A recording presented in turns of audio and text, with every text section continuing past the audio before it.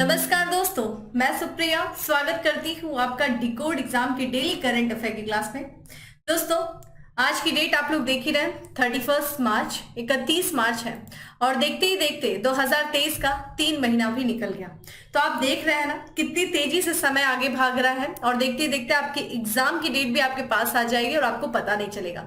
इसीलिए मैं रोज कहती हूँ कि जल्दी से अगर आप लोग थोड़ा भी लापरवाही कर रहे हैं अपनी प्रिपरेशन में तो बिल्कुल भी मत करिए, कोई भी कोताही नहीं बरतिए और लग जाइए अपने प्रिपरेशन में जोर शोर से। और इसी के साथ मैं आज आप लोग के सामने लेके आई 31 मार्च 31 मार्च से रिलेटेड करंट अफेयर को। तो चलिए जल्दी से आप सभी लोग सेशन से जुड़ जाइए, सेशन को शेयर करें और क्लास स्टार्ट करूं उसके पहले कहना चाहूंगी कि जल्दी से चैनल को सब्सक्राइब कर लीजिए और बेल आइकन को प्रेस कर लीजिए। इससे आपको चैनल से रिलेटेड हर क्लास की वीडियो का नोटिफिकेशन मिलेगा और आपकी कोई भी क्लास मिस नहीं होगी।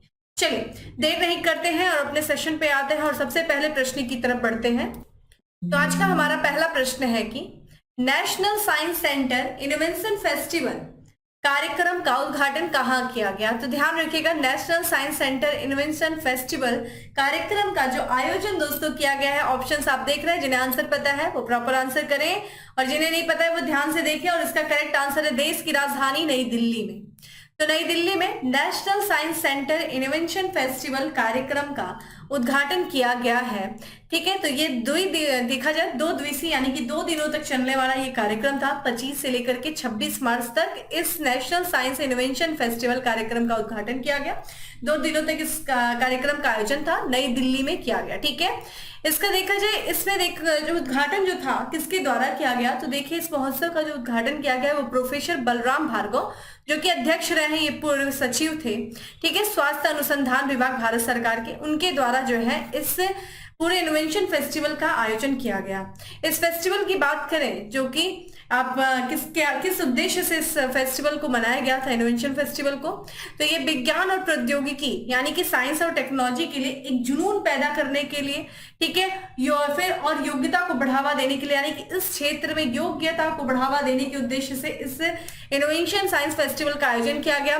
और इतना ही नहीं, नवोन्वेषी जो नए जो है आविष्कार, रचनात्मक आविष्कों को एक अनूठा मंच प्रदान करने के उद्देश्य से इस साइंस जो है फेस्टिवल का आयोजन किया गया, इनोवेशन फेस्टिवल का आयोजन किया गया। ठीक है, तो आपसे पूछा जा सकता है कि नेशनल साइंस इनोवेशन फेस्टिवल कार्यक्रम का आयोजन कहाँ किया गया, नई दिल्ली में किया गया। आइए देख लेते हैं नई दिल्ली में कुछ और भी कार्यक्रम थे जो कि आयोजित किए गए। इसमें से हम बात करें 22 मार्च को, यानी कि 22 मार्च 2023 को प्रधानमंत्री नरेंद्र मोदी ने नई दिल्ली में भारत के नए अंतरराष्ट्रीय दूरसंचार संघ क्षेत्र कार्यालय और नवाचार केंद्र का उद्घाटन किया गया। ठीक है, तो ध्यान रखिएगा, अंतरराष्ट्रीय दूरसंचार संघ के क्षेत्र कार्यालय और नवाचार केंद्र का उद्घाटन प्रधानमंत्री जी के द्वारा किया गया। कहाँ किया गया? नई दिल्ली में किया गया।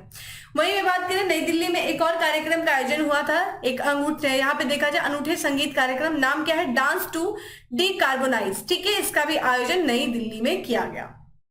ठीक है, चलिए हम अपने अगले प्रश्न की तरफ चलते हैं। इंपॉर्टेंट क्वेश्चन है, हाल ही में चर्चा में रही होपी किस देश में रहने वाले लोगों का एक जातीय समूह है। तो होपी दोस्तों एक जातीय समूह है जो भी हाल फिलहाल में किन्हीं कारणों से चर्चा में है। और ये किस देश से संबंधित है? होपी जातीय समूह कनाडा से, अमेरिका से, ब्राजील से या फिर फ्रांस थे। तो करेक्ट आंसर इज अमेरिका। ठीक है, अमेरिका का जो एरिजोना वाला क्षेत्र है वहां पे ये होपी समुदाय, होपी जातीय समूह रहते हैं। तो ध्यान रखिएगा, आप इनकी तस्वीर यहाँ पे देख सकते हैं। ये होपी जो है ये अमेरिका के रहने वाले एक जातीय समूह है। ठीक है, और इन्हीं का क्षेत्र है एरिजोना, जिसके कारण से ये भी चर्चा में रहे। तो देखिए एरिजोना की बात किया जाए दोस्तों, जो कि यूनाइटेड स्टेट ऑफ अमेरिका यानी कि संयुक्त राज्य अमेरिका में स्थित एक स्थल है और इसे अभी हाल फिलहाल में, और इस स्थल को देखिए, ये जो होपी मूल के लोग हैं, जो नागरिक हैं, इस स्थल को अपना पवित्र स्मारक मानते हैं, अपना एक महत्वपूर्ण स्थल मानते हैं। और इसी एरिजोना को देखा जाए तो international committee on monuments and site, international science committee, ठीक है, इस कमिटी के द्वारा इस एरिजोना क्षेत्र को वाटर एंड हेरिटेज शील्ड के से सम्मानित किया गया है। ठीक है, तो एरिजोना आपसे पूछा जा सकता है कि हाल फिलहाल में एरिजोना जो चर्चा में था, जो कि होपी समुदायों से संबंधित है, होपी जाति यहाँ पे रहती है, ये अपने एरिजोना को अपना पवित्र स्थल मानती है।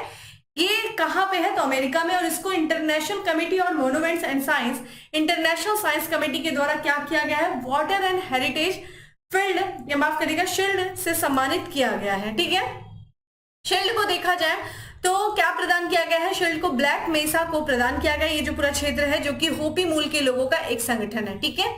यहाँ पे शील्ड का उद्देश्य क्या है, तो विश्व भर में जनता को, देखिए चूंकि हमने देखा वाटर एंड हेरिटेज, यानी कि जितने लोग हैं दुनिया के उनको जो यहाँ पे जो है पानी, ठीक है, पानी के महत्व को लोगों के बीच में जो है पानी के महत्व को लेकर के जागरूक करना, और जो स्वदेशी पवित्र स्थल है उनके महत्व किस तरीके से हमारी संस्कृति से जुड़े हैं, किस तरीके से वहां पे बहुत सारे हमारे इतिहास जुड़े हैं। तो एक तरीके से सांस्कृतिक और ऐतिहासिक संस्कृति के अधिकार के बारे में पूरी दुनिया को जागरूक करने के लिए जो शील्ड ये चीज बनाई गई थी, ठीक है, ये मदद करना इसी उद्देश्य से ये किया गया है। यहाँ पे इस कमेटी की बात करें दोस्तों तो ये एक गैर सरकारी अंतरराष्ट्रीय संगठन है। कौन सा दोस्तों, तो international committee on monuments and sites, international science committee. तो ये एक गैर सरकारी संगठन है, एक एनजीओ है, ठीक है, जो कि विश्व के स्मारक और स्थलों के संरक्षण में समर्पित है। तो जितने भी विश्व के जो है स्मारक है, ऐतिहासिक स्थल है, ठीक है, उनका ये संरक्षण करती है, उनके लिए ये समर्पित होकर के कार्य करती है। तो ये ध्यान रखिएगा, होपी बहुत इंपॉर्टेंट है। ये जातीय समुदाय जो कि अमेरिका से है और अमेरिका के जो है एरिजोना क्षेत्र से संबंधित है। आप यहाँ पे देख सकते हैं, ये देखिए यूएसए का मैप है, ये नॉर्थ अमेरिका, और आपको दिख रहा होगा कि कनाडा और मैक्सिको के बीच में यूएसए है, और यहाँ पे ये एरिजोना वाला क्षेत्र यही है, ये वेस्ट, ठीक है, एरिजोना ये क्षेत्र है, काफी एरिड एरिया है, ध्यान रखिएगा, एरिजोना ये क्षेत्र है, ठीक है। चलिए आइए कुछ और भी महत्वपूर्ण बात कर लेते हैं जो कि अभी हाल फिलहाल में अमेरिका से ही संबंधित है। देखिए अमेरिका का पड़ोसी देश कनाडा है, और अभी हाल फिलहाल में जो अमेरिका के राष्ट्रपति और कनाडा के प्रधानमंत्री के बीच में एक समझौता हुआ है। एक क्या, कौन सा समझौता, तो यहाँ पे अधिकृत सीमा से शरणार्थियों को हटाने के बारे में एक समझौते पर हस्ताक्षर किया गया। तो आपसे पूछा जा सकता है कि अभी अमेरिका का किस देश के साथ समझौता हुआ है अधिकृत सीमा से शरणार्थियों को हटाने के लिए, तो कनाडा के साथ हुआ है। इसी समझौते के एक हिस्से के रूप में और भी बात की गई है नया शरणार्थी कार्यक्रम तैयार करना, और ये नया शरणार्थी कार्यक्रम कौन से दोस्तों, जो कनाडा का दक्षिण यहाँ पे जो कनाडा जो है वो दक्षिण और मध्य अमेरिका में जो हिस्से से, ठीक है, भाग रहे, वहां पे जो हिंसा जिस तरह की गतिविधियां उस हिस्से से जो भाग रहे 15,000 प्रवासी, उन 15,000 प्रवासियों के लिए एक नया शरणार्थी कार्यक्रम तैयार करना है, ठीक है। यहाँ पे जो समझौता किया गया है वो एक एग्रीमेंट हुआ था अमेरिका और कनाडा के बीच में, उसी एग्रीमेंट में संशोधन है। तो ये जो समझौता है वो अमेरिका कनाडा के बीच 2004 के सेफ थर्ड कंट्री एग्रीमेंट में संशोधन है, ठीक है, सेफ थर्ड कंट्री एग्रीमेंट, ठीक है। ये भी पूछा जा सकता है कि safe third country agreement Bharat और माफ करेगा अमेरिका और कनाडा के बीच में ये समझौता था जो कि 2004 में हुआ था, ठीक है। तो ये भी करंट का ही न्यूज है जो भी हाल फिलहाल में चर्चा में रहा है, अमेरिका से संबंधित इस देश को भी शामिल किया गया है। आइए अब बात करते हैं हम सबसे अगले प्रश्न की। हाल ही में डीजीसीए यानी कि directorate general of civil aviation के रिपोर्ट के अनुसार दुनिया में सबसे ज्यादा महिला पायलट किस में है या फिर किस देश में है, ठीक है। तो यहाँ पे किस देश में होना था, किस देश में है, तो किस देश में दोस्तों, ये भारत में, ठीक है। सबसे अधिक जो है महिला पायलटों वाला देश कौन सा है, भारत है। तो यहाँ पे देखा जाए ये directorate general of civil aviation ने एक रिपोर्ट जारी किया है, एक आंकड़ा जारी किया है, और उसमें ये बताया गया है कि भारत में जो है 15% महिला पायलट है, यानी कि जितने भी पायलट हैं उनमें 15% जो है वो महिला पायलट है। और ये विश्व के मुकाबले देखा जाए तो जितने भी विश्व में जो महिला पायलट है उनका कितना परसेंट, 5% से 3 गुना है। मान लीजिए कि पूरे वर्ल्ड में 100 जो है वो महिला पायलट है और उसका 5% निकालेंगे दोस्तों तो ये 5 हो जाएगा, और 5 का 3 गुना है, 5 का 3 गुना तो यानी कि 15, ठीक है। और इसी में जो है यही आंकड़ा जारी किया गया है, इसमें बताया गया विभिन्न भारतीय अनुसूचित एयरलाइनों से जो आंकड़े प्राप्त किए गए उसमें यह बताया गया है कि 2021 में लगभग 244 पायलटों की भर्ती की गई। यहाँ पे हम बात कर लेते हैं नागर विमान जो है महानिदेशालय जो कि directorate general of civil aviation, इससे ये रिपोर्ट जारी किया है। इसमें ये जो बताया गया है कि भारत में जो विभिन्न घरेलू उड़ान है, उन जो डोमेस्टिक फ्लाइट्स हैं, उड़ानों में 67 विदेशी नागरिकों समेत लगभग कितने पायलट हैं, तो 10,000 जो है पायलट वो कार्यरत हैं, ठीक है। यहाँ पे हम डीजीसीए की बात कर लेते हैं दोस्तों। तो ये एक रेगुलेटरी अथॉरिटी है, ठीक है, जो कि भारत की एयरलाइंस को क्या करती है, रेगुलेट करती है।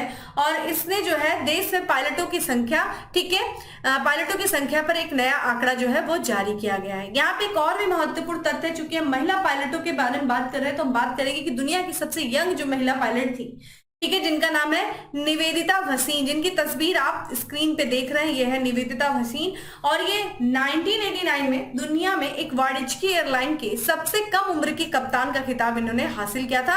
26 साल की थी जब ये कप्तान बनी थी, कैप्टन बनी थी, ठीक है, पायलट थी ये। और ये किसी भी कॉमर्शियल जो है फ्लाइट की सबसे कम उम्र की महिला पायलट बनने का इनको खिताब मिला है, निवेदिता भसीन को। तो आप यहाँ पे देख सकते हैं इनकी तस्वीर को, ये भी अपने आप में काफी ज्यादा इंपॉर्टेंट फैक्ट्स है। ठीक है, आइए अगले प्रश्न की तरफ बढ़ते हैं कि किसे एक्सिस सिक्योरिटीज के नए एमडी और सीईओ बनाया गया है।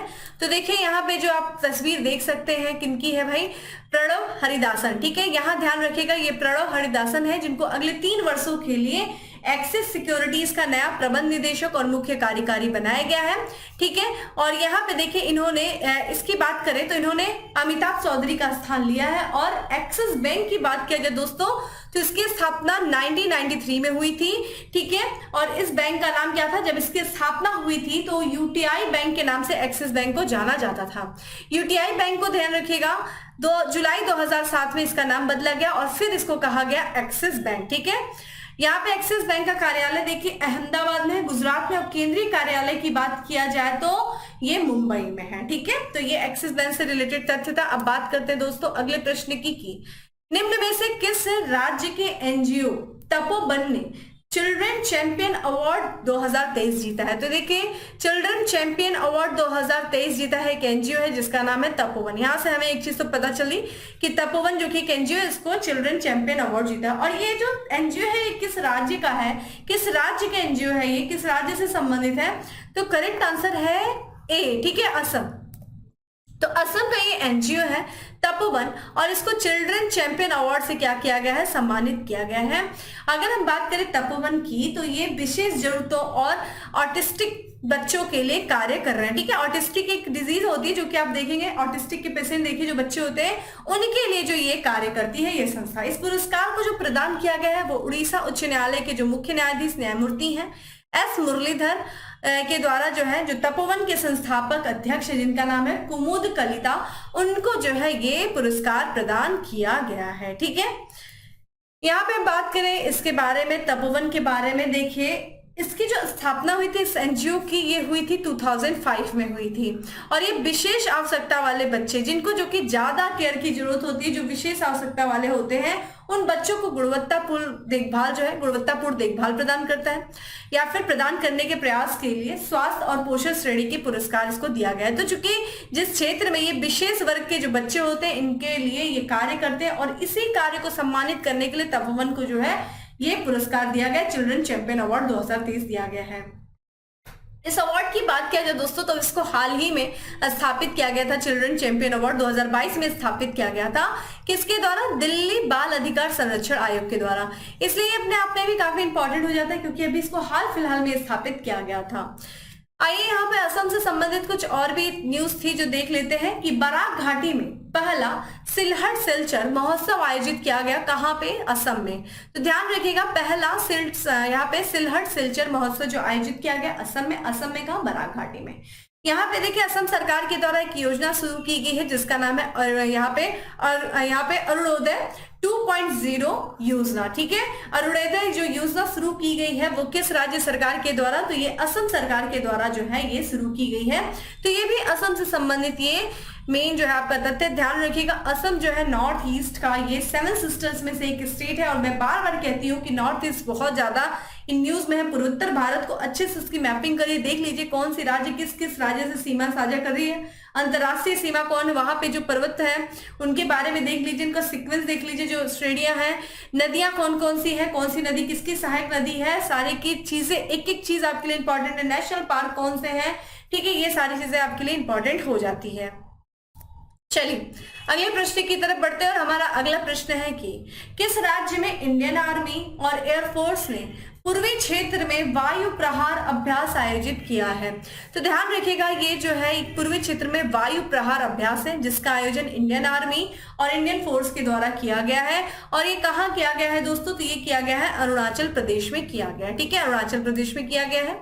तो ये भारतीय सेना और साथ ही साथ जो वायु सेना है इनने मिलकर के पूर्वी क्षेत्र में एक वायु प्रहार नामक बहु डोमेन वायु और भूमि अभ्यास का आयोजन किया है। ठीक है, इसमें देखा जाए उद्देश्य क्या था इस वायु प्रहार जो संयुक्त अभ्यास रहा है थल सेना और वायु सेना के बीच में, तो जितने भी ऊंचाई वाले जो क्षेत्र हैं, ठीक है, जो युद्ध क्षेत्र हैं, उनमें हमले के समय जो थल सेना है उन थल सेना की गतिविधियों के संचालन में वृद्धि करना, संचालन की क्षमता में वृद्धि करना। ठीक है, तो जितने भी जो ऊंचाई वाले क्षेत्र है अगर उसमें कोई हमला हो रहा है तो उसमें जितनी भी जो गतिविधियां होंगी थल सेना की उनका क्या करना, एक तरीके से उनकी गतिविधियों में जो क्षमता, उनके संचालन क्षमता उसका वृद्धि करना और आकस्मिक कार्यों को अंजाम देने वाली प्रणाली में तीव्रता लाना, इस उद्देश्य से इस अभ्यास का आयोजन किया गया। ठीक है, चूंकि हम बात कर रहे हैं अरुणाचल प्रदेश की, तो अरुणाचल प्रदेश से रिलेटेड कुछ और भी तथ्य देख लेते हैं।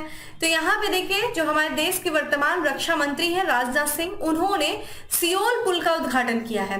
ठीक है, कहाँ पे दोस्तों, तो अरुणाचल प्रदेश में। ध्यान रखिएगा ये बहुत ही अपने जो है भौगोलिक जो इसकी स्थिति है वो बहुत महत्वपूर्ण है। वही देखा जाए अखिल भारतीय फुटबॉल महासंघ ने फुटबॉल विकास योजना शुरू की है किस राज्य में दोस्तों, तो अरुणाचल प्रदेश में इसकी शुरू की है योजना को। तो अरुणाचल प्रदेश से रिलेटेड कुछ महत्वपूर्ण तथ्य थे। अब देखते हैं दोस्तों अगला प्रश्न, और अगला प्रश्न है कि हाल ही में चर्चा में रही सेती नदी, ठीक है, सेती रिवर 6 जल विद्युत परियोजना किस देश से संबंधित है। तो देखिए सेती नदी जो जल विद्युत परियोजना है ये किस देश से संबंधित है, तो भूटान से, भारत से, बांग्लादेश से या फिर नेपाल से।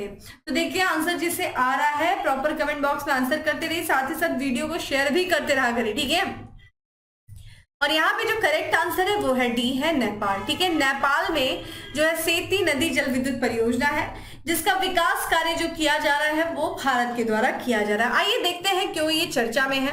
तो देखिए यहाँ पे आपको दिख रहा है जो इन्वेस्ट बोर्ड है नेपाल, उसने जो भारत की जो सरकारी कंपनी है, ठीक है, सरकारी स्वामित्व वाली कंपनी है जिसका नाम दोस्तों क्या है, यहाँ पे NHPC, ठीक है, NHPC लिमिटेड को ये जो प्रस्तावित 450 मेगावाट सेती नदी 6 जल विद्युत परियोजना है, परियोजनाओं का व्यवहार्यता अध्ययन करने की अनुमति दे दी है। देखिए इसके बारे में थोड़ा जान लीजिएगा, ये जो वेस्ट सेती डैम है या फिर सेती रिवर है इसके बारे में तो ध्यान रखिएगा। ये जो परियोजना है अब नेपाल के द्वारा, देखिए वेस्ट सेती डैम और ये जो है सेती जल विद्युत परियोजना है इसको अब भारत को सौंप दिया गया है नेपाल के द्वारा।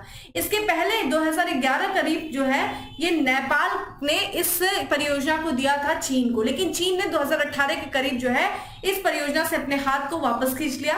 भारत जो यहाँ पे नेपाल लगातार प्रयास किया कि भारत को ये परियोजना दिया जाए और 2022 में ध्यान रखिएगा इस परियोजना में जो है वहां के बोर्ड ने, कौन से दोस्तों, नेपाल इन्वेस्टमेंट बोर्ड और भारत की जो सरकारी स्वामित्व वाली कंपनी है NHPC, इन दोनों के बीच में समझौता हुआ 2022 में। किस चीज के लिए, ये जो वेस्ट सेती डैम है और दूसरा देखा जाए जो सेती जल विद्युत परियोजना है, ठीक है, सेती रिवर परियोजना, उसके विकास के लिए। ठीक है, तो एक तरीके से उसको विकसित करने के लिए ये MOU जो मेमोरेंडम ऑफ अंडरस्टैंडिंग समझौता किया गया भारत और नेपाल के बीच में। इस परियोजना की बात की जाए तो इसकी जो पूरी क्षमता है वो ध्यान रखिएगा 400 मेगावाट की ये जल विद्युत परियोजना है। ठीक है, माफ करिए 1200 मेगावाट की जल विद्युत परियोजना है, जिसमें से आप देख रहे हैं कि यहाँ पे आपको दिख रहा है वेस्ट सेती डैम, ठीक है, जो कि बिल्कुल पूर्वी, यहाँ पे देखा जाए सुदूर पश्चिम नेपाल में ये स्थित है सेती रिवर पे, और यहाँ पे आपको दिख रहा होगा, ठीक है, सेती रिवर। ठीक है, तो सेती रिवर जो कि यहाँ पे हमने देखा कि ये जो सेती नदी जल विद्युत परियोजना है ये देखिए 450 मेगावाट का है, और इसकी बात करें दोस्तों तो आप यहाँ पे देख सकते हैं टोटल मिला लीजिए तो 750 मेगावाट की जल विद्युत परियोजना है, और इस तरीके से देखिए टोटल मिलाकर के 1200 मेगावाट की जल विद्युत परियोजना है।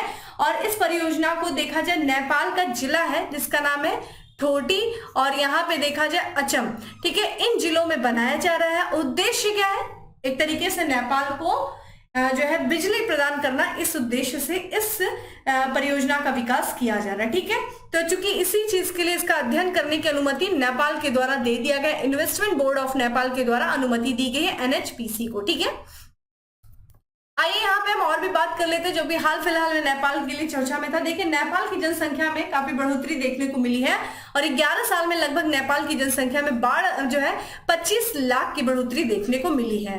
और इस तरीके से देखा जाए, चूंकि हम देखें 11 साल में तो दुगना 22 साल होना चाहिए, तो इस तरीके से देखा जाए हर साल जो है नेपाल की जनसंख्या में 2 लाख से अधिक जो है बढ़ोतरी दर्ज किया गया है।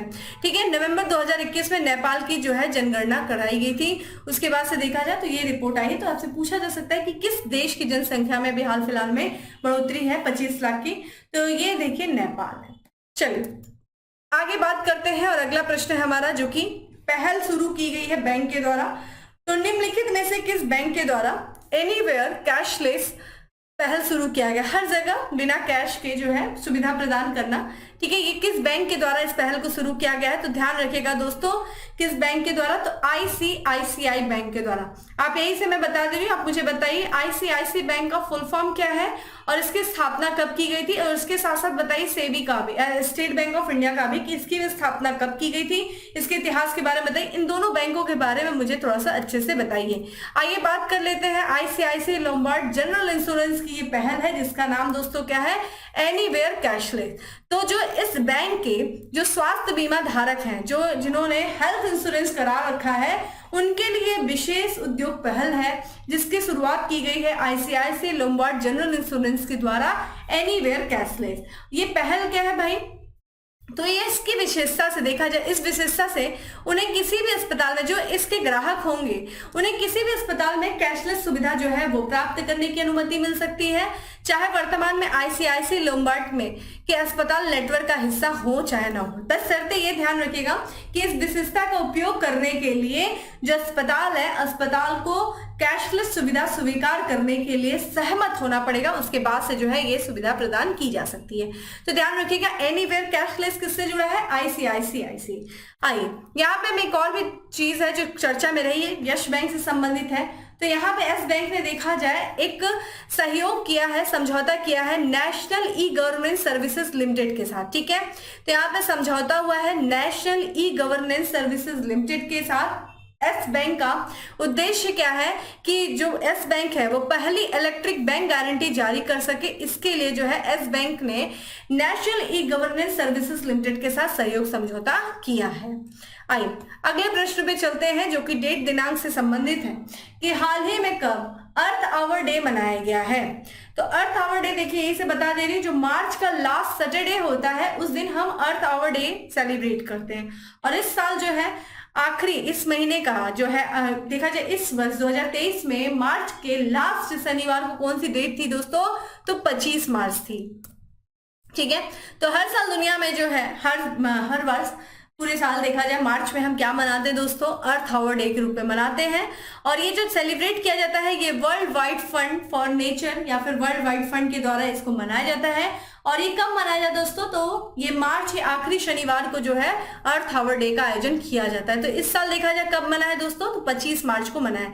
तो आपसे पूछा जा सकता है कि मार्च 2023 में या फिर 2023 में अर्थ आवर डे कब मनाया गया, डेट आपसे पूछ दे, ऐसे 2025-22 भी पूछ सकता है 2022 में कब मनाया गया था। तो उस हिसाब से आप अनुमान लगा लीजिएगा कि चूंकि ये मार्च के आखिरी शनिवार को मनाया जाता है, तो 2022 में आखिरी शनिवार को क्या डेट थी, ऐसे आप सोच सकते हैं।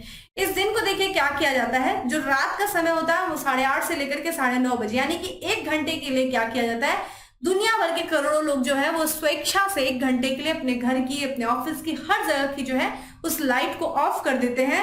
मकसद क्या होता है कि धरती पर जो है, धरती को बेहतर बनाने के लिए, इस धरती को बेहतर बनाने के लिए, यहाँ की जो एनर्जी है, जो ऊर्जा है, उसको बचाने के लिए, ठीक है, जलवायु परिवर्तन से हो रहे नुकसान को रोकने के लिए पूरी दुनिया जो है एकजुट हो जाती है। और इसी एकजुट होने के प्रतीक के रूप में लोगों को बताने के लिए इस 1 घंटे के दौरान क्या किया जाता है, 8:30 से 9:30 बजे के बीच में क्या कर देते हैं लोग, स्विच ऑफ कर देते हैं अपने घरों की लाइटें कहीं की भी। ठीक है, तो एकजुटता को दिखाने के लिए कि हम भाई हम लोग सब लोग मिल करके इस धरती के ऊर्जा की खपत को बचा रहे हैं, इस धरती पर जलवायु परिवर्तन जो हो रहा है उसके वजह से जो हानि हो रही है उसको रोकने के लिए हम प्रयास कर रहे हैं। ठीक है, तो एकजुटता को दिखाने के लिए इस दिन को सेलिब्रेट करते हैं। अर्थ आवर की बात किया जाए तो सबसे पहले देखिए इसे जो मनाया गया था पहली बार वो 31 मार्च को मनाया गया था 2007 में। ठीक है, सिडनी ऑस्ट्रेलिया में मनाया गया था। और इस साल अर्थ आवर डे जो मनाया गया है वो 25 मार्च को मनाया गया। ठीक है, तो सबसे पहले 31 मार्च को 2007 में इस दिन को सेलिब्रेट किया गया था। यहाँ पे कुछ और भी दिवस है जो भी हाल फिलहाल में चर्चा में थे कि न्यूरोलॉजिकल कंडीशन एपिलेप्सी, एपिलेप्सी जो मिर्गी होता है, मिर्गी के प्रति लोगों को जागरूक करने के लिए। दोस्तों जैसे मिर्गी को जनरली लोग ये सोच लेते हैं कि साइकोलॉजिकल डिसीज है, ये साइकोलॉजी से जुड़ी है। कई बार लोग इसके बारे में बात नहीं करना चाहते हैं, शर्माते हैं, छुपाते हैं, लेकिन ध्यान रखिएगा ये एक न्यूरोलॉजिकल कंडीशन होती है। इसमें प्रॉपर ट्रीटमेंट की आवश्यकता होती है, कभी कभी सर्जरी की भी आवश्यकता होती है। तो ये जो कंडीशन है एपिलेप्सी से जुड़े, एक तरीके से जो सामाजिक स्टिग्मा है उसको कम करने के लिए लोग इसके प्रति बहुत जागरूक नहीं है। बेसिकली लोग इसको कुछ और सोच करके छुपा लेते हैं। तो इसके प्रति लोगों को जागरूक करने के लिए उनका जो है इस कंडीशन, जो मिर्गी जो बीमारी है उसके प्रति समझ बढ़ाने के उद्देश्य से एक दिन सेलिब्रेट किया जाता है जिसका नाम है पर्पल डे ऑफ एपिलेप्सी। कब मनाया जाता है दोस्तों? 26 मार्च को। वही बात करें अंतरराष्ट्रीय अजन्मे बच्चों का दिवस जो मनाया गया वो कब मनाया गया? 25 मार्च को मनाया गया। तो ये जो है मार्च से रिलेटेड कुछ करंट अफेयर्स था। आइए अब बात करते हैं आज के लास्ट क्वेश्चन की। हाल ही में दुनिया का पहला 3D प्रिंटेड रॉकेट सफलतापूर्वक लॉन्च किया गया है। इस रॉकेट का नाम क्या है? तो देखिए भैया, पहला जो है 3D प्रिंटेड रॉकेट लॉन्च हो गया है और ये दुनिया का पहला 3D प्रिंटेड रॉकेट है जिसका नाम क्या है? तेरान-1। ठीक है, तेरान-1 जो है इसका नाम है। तो यहाँ पे बात करें तो दुनिया का जो पहला 3D मुद्रित या फिर 3D प्रिंटेड रॉकेट जो सफलतापूर्वक लॉन्च किया गया है इसका नाम है तेरान-1। ठीक है, तेरान-1 लॉन्च किया गया है। और इसे कहां से लॉन्च किया गया दोस्तों? तो इसे कैनावेरल के US space force of station के कॉम्प्लेक्स 16 से लॉन्च किया गया। ठीक है, ध्यान रखिएगा ये इसकी तीसरी उड़ान थी। 2 उड़ानों में यह सफल था। तीसरी उड़ान में तो यहाँ पे प्रशांत जो है महासागर पैसिफिक ओशन में ही गिर गया था। तीसरी बार जो है इसको सफलता मिली और ये जो है अपनी पहली उड़ान में कोई भी पेलोड लेकर के नहीं गया था। लेकिन ये ऐसा नहीं कि नहीं ले जा सकता है, ये पृथ्वी की निचली कक्षा में लगभग 2755 लगभग 1200 किग्रा का पेलोड ले जाने में सक्षम है। लेकिन पहली उड़ान में किसी भी तरह का कोई पेलोड नहीं लेके गया था और ये इसकी तीसरी उड़ान थी जो सफल थी। ठीक है, तो दोस्तों ये था आज का हमारा 10 MCQ। अब बात करेंगे दोस्तों किसके बारे में? फैक्ट्स ऑफ द डे के बारे में। दोस्तों आज का हमारा सबसे पहला फैक्ट है कि हाल ही में पेंशन योजना पर पैनल का, ठीक है, पेंशन योजना पर पैनल का प्रमुख नियुक्त किया गया है। किसे दोस्तों? टीवी सोमनाथ को। ठीक है, अगला है फोर्ब्स इंडिया लीडरशिप अवार्ड 2023 में जेन नेक्स्ट एंटरप्रेन्योर अवार्ड जीता है किसने? ईशा अंबानी ने जीता है। ठीक है, अगला है हाल ही में standard and poor global rating ने वित्त वर्ष 2024 में भारत की आर्थिक वृद्धि दर रहने का अनुमान लगाया है कितना? 6%। तो स्टैंडर्ड एंड पुअर जो कि ग्लोबल रेटिंग एजेंसी है इसने बोला है कि 2024 में भारत की जो आर्थिक वृद्धि दर होगी वो 6% होगी। वही देखा जाए थिएटर के महत्व को बढ़ावा देने के उद्देश्य से हाल ही में विश्व रंगमंच दिवस मनाया गया। कब मनाया गया? 27 मार्च को मनाया गया। आज देखिए हम लोगों ने काफी दिवस के बारे में पढ़ा, अप्रॉक्स देखा जाए तो 4 to 5 दिवस के, है ना, डेज के बारे में हम लोगों ने डिस्कस किया। वही देखा जाए हाल ही में विमोचित पुस्तक वॉर एंड वुमेन के लेखक हैं कौन? Doctor AS Hasan. ठीक है, तो ये भी इंपॉर्टेंट है, बुक्स एंड ऑथर से भी रिलेटेड कभी कभी क्वेश्चंस आ जाते हैं। तो दोस्तों ये था आज का हमारा करंट अफेयर। उम्मीद करती हूँ आपको चीजें अच्छी लगी होंगी। जिन्हें अच्छी लगी है वो लाइक करें और साथ ही साथ जो मैं क्वेश्चंस पूछी है क्वेश्चन आंसर डिस्कशन के दौरान उसका आंसर करें। चलिए हम फिर मिलेंगे अपने अगले सेक्शन में। उसके पहले कहना चाहूंगी कि डेली करंट अफेयर की जो PDF है वो टेलीग्राम ग्रुप पर मिल जाएगी जिसका लिंक आपको डिस्क्रिप्शन बॉक्स में दिया हुआ है। जाइए डाउनलोड करिए और अपने प्रिपरेशन में लग जाइए। चलिए फिर मिलेंगे अपने अगले सेशन में, तब तक के लिए bye, have a good day, stay safe and stay happy.